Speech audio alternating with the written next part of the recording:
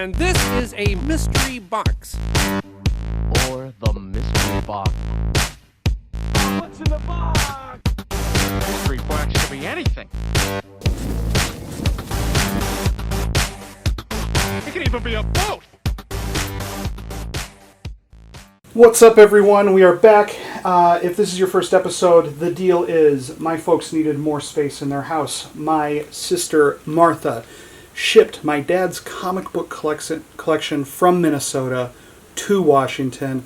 I have no idea what's in here, and I'm going through it on camera. In the last episode, huge Silver Age treasures, X-Men number 12, a bunch of other Silver Age stuff. It was fantastic. Today, we're going to be digging through more of the same, fingers crossed. So, without further ado, I'm going to start getting into comic books and pull our first stack. Okay, so right off the bat, we've got more Silver Age war stuff. Our Fighting Forces from DC, The Losers, Our Army at War, Sergeant Rock, GI Combat, more Sergeant Rock. These comic books were so popular back in the day, and I remember really liking them as kids. They're all, World War II era war books. They were just great. Oh, here's Sergeant Fury and his Howling Commandos. This is Nick Fury of Avengers fame. They used him to kind of capitalize on that same craze. I remember reading these as a kid. Okay, Classics Illustrated. This is a publisher that would do lots of historical and literary adaptations into comic books. Caesar, Tom Sawyer, Huck Finn, Frankenstein. You'll find all that kind of stuff. Classics Illustrated. Son of Tomahawk, not super culturally sensitive back in the day. Another Jason's Quest. This book is chewed up. More The Losers, Star Spangled War. Oh, Conan. Okay. Conan is my guilty pleasure. I love these books. These were my favorite as a kid. This one's all folded down here. It makes me sad. Just sword and sorcery, fantasy. Like, as a nerd growing up on Dungeons and Dragons and Dragonlance and Tolkien, these were the best. I love these. Unexpected. Towards the end of the Silver Age, this 20th era here, more horror started to make its way into comic books, and you started to find more werewolf and Frankenstein and horror stories. More Conan. God, these were the best. Luke Cage, Hero for Hire. This was blaxploitation making its way into comic books a little bit, but these were good too. Obviously, of Netflix fame. I didn't read the super early one, so I have no idea what that book is about. But I read a lot of the 80s stuff for Luke Cage.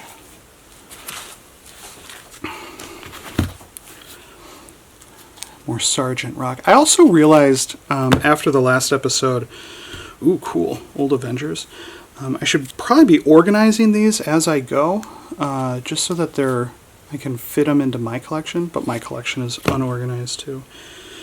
This is neat. Old Shazam.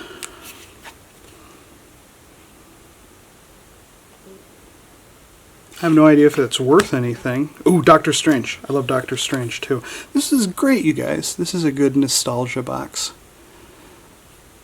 No key issues, no first appearance of the Juggernaut, but lots of really cool characters that I liked a lot. Old Thor. Thor in space, battling the Fire Lord. Loki's hanging out in the background. Ooh! Yes! Okay, so I lied when I said there were no key issues. X-Men 96. This is awesome. This fits I mentioned before in a previous video, I'm trying to put together a full run of Volume 1 of the X-Men. This fits a big hole. So does 97, although that's chewed up there. That sucks. But these issues, outside of giant-sized X-Men #1, these are the first appearances of characters like the Nightcrawler and Wolverine as X-Men. Banshee and Colossus and Storm. Cyclops was still around for a while, but he left too. These are great. I needed these. These are tough to find, and when you do find them, they can be pretty expensive. So maybe at the end, when I talk about price, I'll talk a little bit about why they changed the characters and where that all came from. Marvel Superheroes 14 in terrible shape, but for some reason, I don't know, I feel like I remember this cover from something. I don't know what that's from. Kazar, he is a Tarzan ripoff.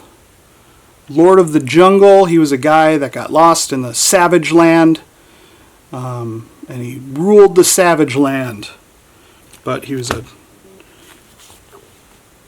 Oh, here we go. In the first issue, I talked about Captain America becoming Nomad. And here you go. There's Captain America becoming Nomad.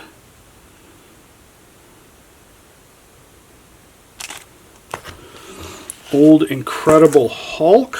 This is cool. This is my wife's favorite character. So I always like seeing old Incredible Hulk comics. Marvel Tales starring Spider-Man. Oh, look at that, another 97. Not chewed up on the corner there. This is great. Very excited about that. King Size Amazing Spider-Man #7. Periodically back then they would do these big king-sized or annual specials. And tell, either longer stories or tell multiple stories in the same issue. Marvel Tales 19. Spider-Man spending just a ton of time with his head in his hands in Marvel Tales. Don't know what that's all about. And an old Captain Marvel. 46. That's fun. You know what? I think we can probably do a few more and still have enough to talk about when we're done. Actually, and I see the end of these high value ones, so I'm going to go ahead and just get through the rest of them. Maybe it'll be an extra long episode, maybe it won't. The Invaders, old Captain America, Bucky, the Human Torch, another Human Torch. Oh, what was his name? Toro? Human Torch and Toro. His sidekick Toro and Namor. These guys fought Nazis together, and there's a big giant Nazi dominatrix. X-Men 105. I believe I do have this one, but again, these are the new X-Men. I'm really hoping we can get the Death of Warpath, because that's another hole that I'm missing in here. The Inhumans recently tried to be a TV show, failed miserably. They're fun characters. I can't imagine them holding up their own book. John Carter, Warlord of Mars. Ooh. I hate seeing that. I really do.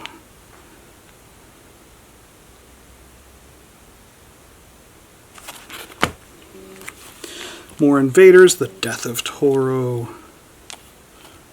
Gotta love comics about fighting Nazis. Just good fun. Even an immortal can die, the death of one of the gods of Asgard. Not in great shape. Howard the Duck. We can talk about Howard at the end. This probably isn't worth anything, but Howard the Duck is always fun. Marvel Weird World. I don't know what this is. I have no idea what this is. I've never seen this before. I've never heard about it.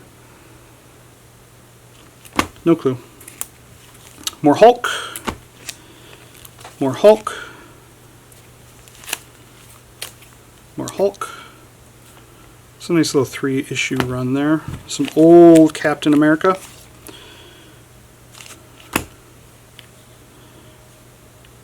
Here he is fighting some KKK supervillains, I'm imagining. Not a lot of other reason to have a burning cross. Captain America versus the Hulk. Should be fun. Ghost Manor. Charlton Comics is another publisher that did a lot of weird, kind of eccentric stuff. Very eclectic. I don't recall them having superheroes, but that could just be because I've never been a big fan. But they did, I do remember a fair bit of horror stuff. So, Ghost Manor and Ghostly Tales. Some sort of sea creature. Alright, that's it for going through the box. I'm going to sign off and do some research. For you guys, it'll be 2 seconds. And for me, it will be considerably longer. But we'll talk again soon. Okay, I'm back, and while I have fewer things to talk about this time, I think the things I do have to talk about are a little bit more interesting, so we might actually spend more time talking about them. First up, we're going to do Captain America and the Falcon, number 180. Now, in my very first video, I talked a little bit about Nomad and the relationship between Steve Rogers and Nomad and how he eventually becomes Nomad. What I didn't realize at the time was that he had already become Nomad and that he gave that alter ego to another person. So the costume got a lot worse. I think this is a much better costume. The costume in that other issue was bonkers. Next up, we have something that I think is pretty interesting. This was a little bit of a mystery to me. So, as I was pricing all these comic books out, I came across the Incredible Hulk 234, and I punched it into several search engines, and they all came back with higher numbers than other Incredible Hulk issues in that same range. Even in like the $50 to $60 range. And I couldn't figure out why. Normally it'll say it's the first appearance of this person, it's the death of this person. And there were just no notes for this. Until I was randomly able to discover that this was the first appearance of the hero Quasar as Quasar.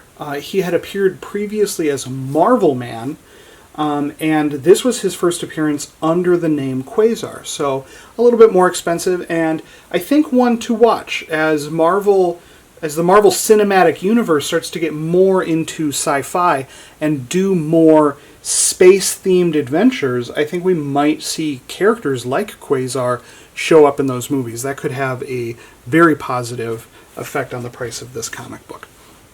So, after that, now we're going to talk X-Men, which is my favorite comic book. So, X-Men 96, 2 copies of X-Men 97, and X-Men 105. So, really interesting stuff happened with X-Men around this time. This was Chris Claremont taking over writing X-Men. And X-Men had this troubled past. So it was moderately popular when it first came out, and it just had a really difficult time finding legs. And they did this weird thing where right around, I think it was issue 66, they just started reprinting old X-Men stories. So you would go and you would buy X-Men 72, but you would be reading X-Men 18. And they did that all the way up to X-Men 95.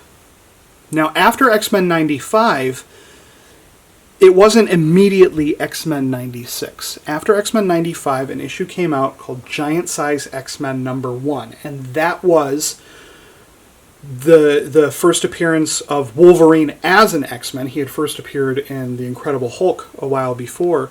But characters like Storm, Colossus, Nightcrawler, Warpath, that was their introduction as the X-Men. So after Giant Size X-Men number 1, after Giant Size X-Men number 1, then you've got X-Men 96, 97, and so on. X-Men 97 is also the first appearance of Lilandra of the Shi'ar, the space society that helps the X-Men fight the Phoenix when the Phoenix first arrives. And here you've got Jean Grey as the Phoenix fighting Firelord. This is where you find out her name. She first appears in X-Men 97. So Chris Claremont came in and just started doing some really wild stuff right off the bat, and we're going to find a bunch more of that as we go through these. I do remember reading a lot of Uncanny X-Men in this collection. I do not know if we'll see Giant Size X-Men number 1. If we do, we're going to have to mute, because that has been my unicorn. That has been the comic book that I've been on the cusp of buying Giant Size X-Men number 1 so many times I couldn't even tell you. And it's kept getting more expensive, and it's always just been that thing that's right out of reach. So if we find a Giant Size X-Men number 1, I'm going to lose it. But that isn't to say I'm not super happy to have 96 and 97, which were both holes in my collection. I really hope we will find 98 a little bit further down the line, which I believe is the Death of Warpath. I could be wrong, but that is another issue that I do not have. So really stoked to see these. These are all going immediately into my my boxes where I have the full run. And just a secondary note, I might actually consider having 96 CGC graded. It is in really good shape. The spine is perfect. All the colors are still really nice and vibrant, and the edges are just in great condition too. So this is one I'm going to consider sending in to have graded. Neither of the 97s make the cut, and I don't see much of a reason to have the 105 graded. Even though it's in pretty good shape too. So that's it. That's it for this episode. Unfortunately, we're done with the Silver Age stuff. So, or at least I think we are. There might be more, but this was the end of the high value section that my sister Martha had indicated with the cardboard cutouts. There it is. So in the next episode, we'll get back to some more random stuff. Who knows what's going to be in there? I don't. But we'll explore it together. So I'll see you next time.